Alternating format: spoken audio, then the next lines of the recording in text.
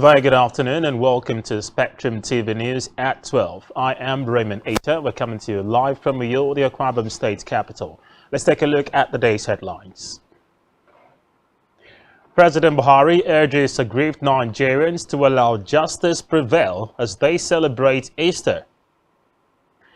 FG begins final implementation of 41 billion naira broadband connectivity projects. Plus, Israel strikes Lebanon and Gaza after major rocket attack. We will bring you the details of these stories and more in a moment.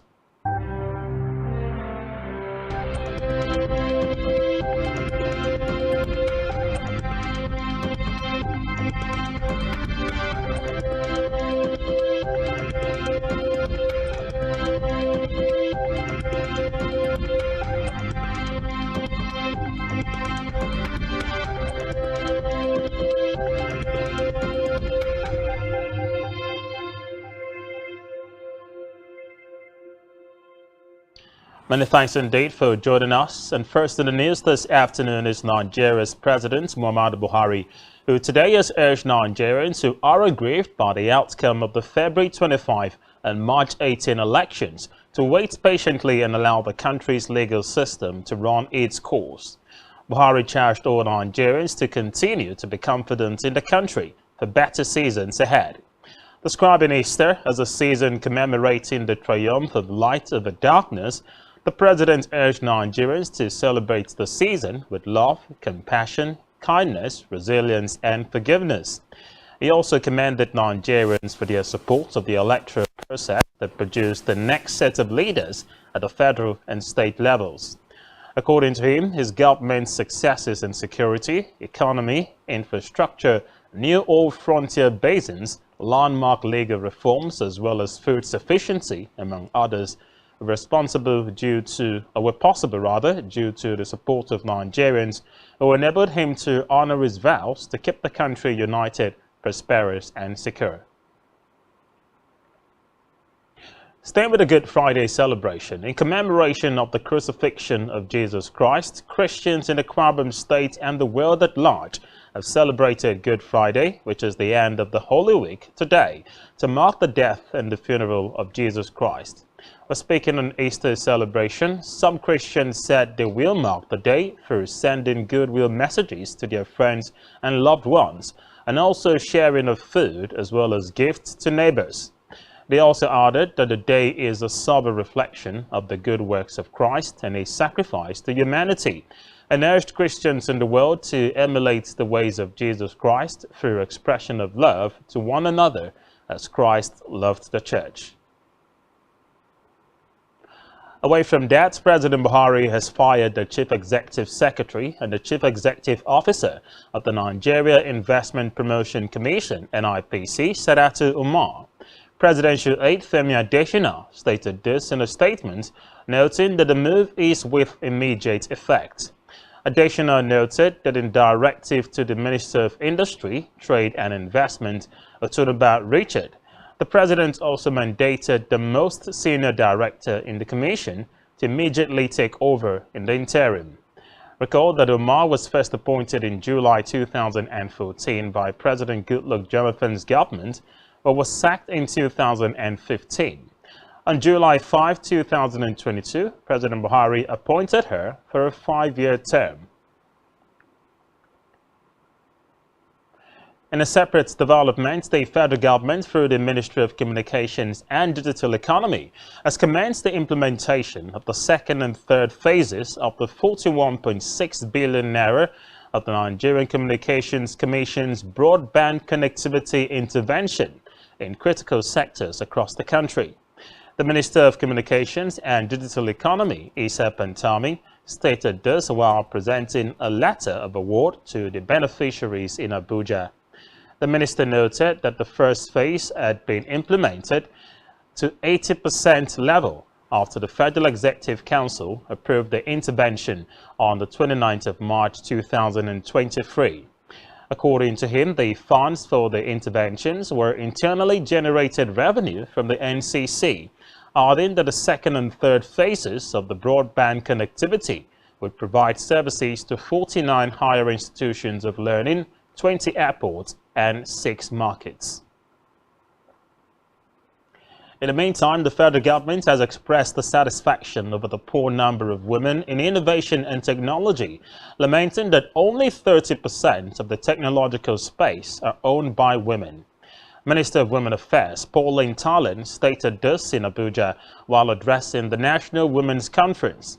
According to her, Nigeria's information and communication technology (ICT) sector has contributed 18.44% to Nigeria's gross domestic product in the second quarter of 2022, and the industry is projected to experience more leap in the future. The minister called on all stakeholders from the public and private sectors to focus on developing digital tools and services that address the needs of all women and girls across sectors, especially for their education, health, economic empowerment and engagement in public life, and to ensure that women and girls have access to digital literacy and skills throughout their life course. Well, let's go to the Green Chambers, where the House of Representatives has urged the federal government to implement policies that will enhance the capacity of Nigeria's creative industry as a major revenue earner. At plenary, the House also urged the Minister of Information and Culture, Lai Mohammed, to, as a matter of priority, create and execute policies to strengthen the creative industry. Following the adoption of a motion moved by member Shina Pella, the House further urged the federal government to increase the budgetary allocation of the Ministry of Information and Culture in the 2024 budget estimates for optimal performance. Pella noted that as the country seeks to diversify its economy from dependence on oil revenues, the creative industry, based on its current economic value, provides a veritable incremental source of employment, revenue, as well as growth. Meanwhile, the House of Representatives has passed 2 bills seeking to increase the number of judicial officers in the Courts of Appeal and the Federal High Court, as well as legalize virtual appearance and proceedings in the courts. The House raised the number of justices in the appellate court from 90 to 100, while the number of judges at the Federal High Court was increased from 100 to 150. Further reports say the bills has passed 3rd reading at plenary. On education, the Academic Staff Union of Universities, ASU, has called for the redistribution of the 320.3 billion naira intervention fund approved by the federal government for tertiary institutions in the country. According to reports, President Buhari had approved the sum of over 320 billion naira as the 2023 intervention funds for public tertiary education institutions in the country. Executive Secretary of TET Fund, Sonia Kono, disclosed this in Abuja during the fund's annual strategic planning workshop with all the heads of beneficiary institutions. Kono called for a redistribution of the fund to ensure that it accounts for 90% of what has been approved to go to universities, polytechnics, and not kept as bureaucracy. Staying with education matters, the West African Examinations Council, WAEC, has said that a total of 2,276,112 candidates sat for the Senior School Certificate Examination in The Gambia, Ghana, Liberia, Nigeria, and Sierra Leone in 2022. The council also honored 3 candidates, 2 Ghanaians and 1 Nigerian, with the WAEC International Excellence Award for their outstanding performance in the West African examinations. The council made this known in a press statement issued by WAEC's Head of Public Affairs, Demianus Ojiegu, at the end of its 71st annual council meeting in Banjul, The Gambia. Meanwhile, President of Gambia, Adama Barrow, commended the organization, noting that among the regional bodies established during the colonial period, the council was the only body that had weathered the storm of extinction. He urged WAEC to continue to be relevant to the needs and aspirations of its stakeholders in all the member countries in a technologically fast-changing world. Let's go to President Kais Saied has rejected foreign diktats from International Monetary Fund, which has installed talks with the country over a bailout package. While Saied noted that the foreign diktats would lead to more poverty, are unacceptable. Recall that Saied's government reached an agreement in principle in mid-October for $2 billion package from the IMF, but the deal has not been approved by the lenders board. And while the IMF has pushed Tunisia to remove state subsidies on basic goods, particularly fuel.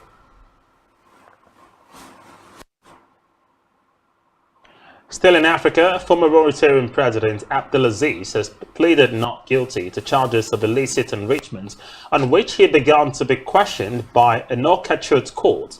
The court resumed hearings after a 2-week recess and reading of charges against him. Further reports say Aziz faces charges of abuse of office, influence peddling, illicit enrichment, and money laundering, along with 2 former prime ministers, and businessmen. On the foreign scene, Israeli military has reportedly carried out airstrikes on targets belonging to the Palestinian militant group Hamas in southern Lebanon and the Gaza Strip. The military said the attacks were a response to a barrage of 34 rockets fired from Lebanon into northern Israel, which it blamed on Hamas. The militants in Gaza had fired dozens of more rockets after the strikes had begun. Staying with the foreign scene, Ukrainian military spokesman Sergei Chevrati says Ukraine is holding out against Russian forces in Bakhmut despite the difficult situation. Chevrati said Ukraine has controlled the situation in the eastern city, which has been the site of fierce fighting for months now. He admitted that Moscow has been concentrating all its efforts on capturing the area and has seen tactical success in some places, but was paying a high price as a result. You're watching Spectrum TV News. Still to come in the news. CAF opens bid for 2027 Africa Cup of Nations. Do stay with us.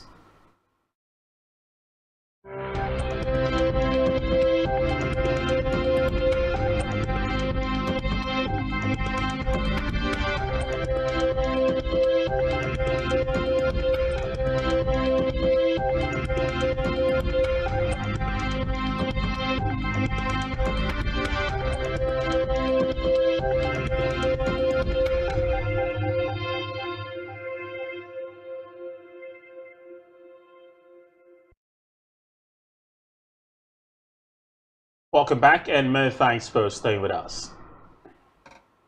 And now in business, the World Bank says the Naira lost 10.2% of its value in 2022. But the scheme as rising food and fuel prices were responsible for high inflation in the country last year. The Global Bank revealed this in its latest Africa report for April 2023. It further explained that the worst performing currency in the sub-Saharan African region was the Ghanaian cedi in 2022, which lost 40% of its value in the year. It stated that the currency has already lost 20% of its value so far in 2023. Commenting on the Naira, the bank said other currencies with significant losses last year includes those of Sudan at 23.6%, Malawi at 20.7%, the Gambia at 14.6%, with Nigeria clocking 10.2%. Staying with business, the Nigerian National Petroleum Company Limited, NNPCL, says Nigeria's domestic gas infrastructure network has the capacity to transport 6.9 billion standard cubic feet of gas to support power generation and gas-based industries. The Group Chief Executive Officer, Mela Kyari, made this known in Abuja at the 2023 edition of the Oloribi Lecture Series and Energy Forum. Kyari said Nigeria's huge investment in gas infrastructure is hinged on its growing natural gas reserves, thus supporting the nation's aspiration to create Africa's biggest industrial hub, powered by low-carbon energy. He added that a significant reserve would serve as a low-carbon energy alternative that would support growth in power and industrial sectors, and also address energy poverty, reduce carbon footprints, and create more employment opportunities. Let's talk health now. The federal government has called on state governments to prioritize the employment of healthcare workers, particularly in rural areas. It noted that while the country faces the challenge of inadequate health workers due to brain drain, there is an imbalance in workforce distribution between the urban and rural areas. Speaking at a press briefing in Abuja in commemoration of the World Health Day and the World Health Organization's 75th anniversary, Nigeria's representative at the World Health Organization, Dr. Walter Mulumbo, urged governments at the state and local levels to invest in the employment and remuneration of health workers in rural areas. Meanwhile, the World Health Organization Regional Director for Africa, Dr. Mashidiso Moeti, said 672 million people do not have access to the healthcare they need. Moeti said the results from weak health systems is characterized by inadequate health infrastructure, poorly designed policies to limit financial barriers to health services, shortage of qualified health workers, inadequate access to quality medicines, medical products, and innovative technologies. He stated this in a message to commemorate the World Health Day 2023 and the WHO's 75th anniversary. And now in sports, the Confederation of African Football, CAF, has declared open the bidding process for the 2027 Africa Cup of Nations. Reports say interested countries can now submit their bids to the continent's soccer governing body. Meanwhile, CAF is expected to announce the host nation later this year after inspection. A number of countries have reportedly expressed their interest in hosting the competition, noting that interested countries must secure the backing of their government to push their bid through. Nigeria and Benin Republic have submitted a joint bid to host the 2025 African Finals, with Morocco, Algeria and Zambia also putting forward bids to host the same edition. Still in sports, England beat Brazil in a dramatic penalty shootout to win the first women's finalissima and extend their unbeaten run to 30 games. Chloe Kelly, who scored the winning goal in the Euro 2022 final at Wembley last year, netted the deciding spot kick and immediately ran over to celebrate with fans in the stands. Brazilian substitute Andresa Alves had equalized in stoppage time to force the shootout after early tuning had given England a first-half lead. It was a historic night at Wembley Stadium that saw the European champions sternly tested by the Copa America winners Brazil, but ended with the familiar sight of Captain Leah Williamson lifting a trophy. The Lioness were given their biggest test of the year by a talented, albeit injury-hit Brazilian side, but delivered more silverware as the momentum continues to gather pace before this summer's World Cup in Australia and New Zealand. And now in entertainment, Fuji superstar Wasiu Alabi Oditola, better known as Pasuma, is bereaved after losing his mother. The 55-year-old Pasuma informed the public in a terse statement on his Instagram account of the passing of his mother, Adijat Kaburat.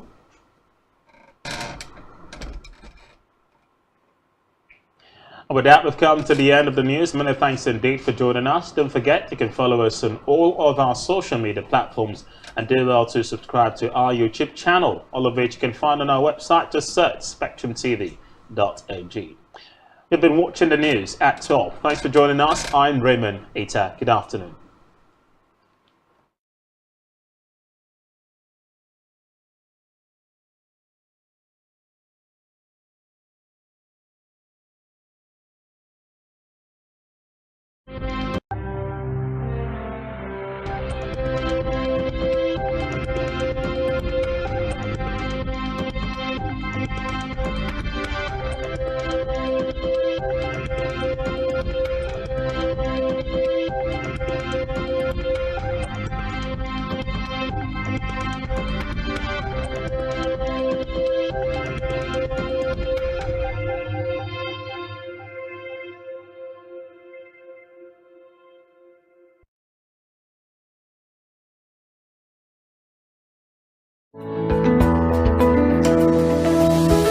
Business exists only to meet the needs of the people, but there's an extra advantage if your product and services are pitched on a platform that gives you the added advantage over your competitors. For your desired return on investment and so much more, advertise on Spectrum Television, on StarTime's DTH Channel 421 and on free-to-air with a frequency of 12733. Spectrum Television, broadening your horizon.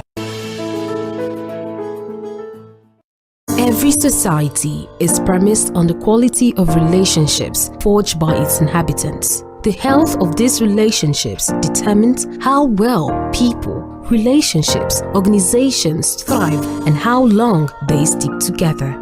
Join Uyai Anyekan on Connect every Wednesday from 6 p.m. to 6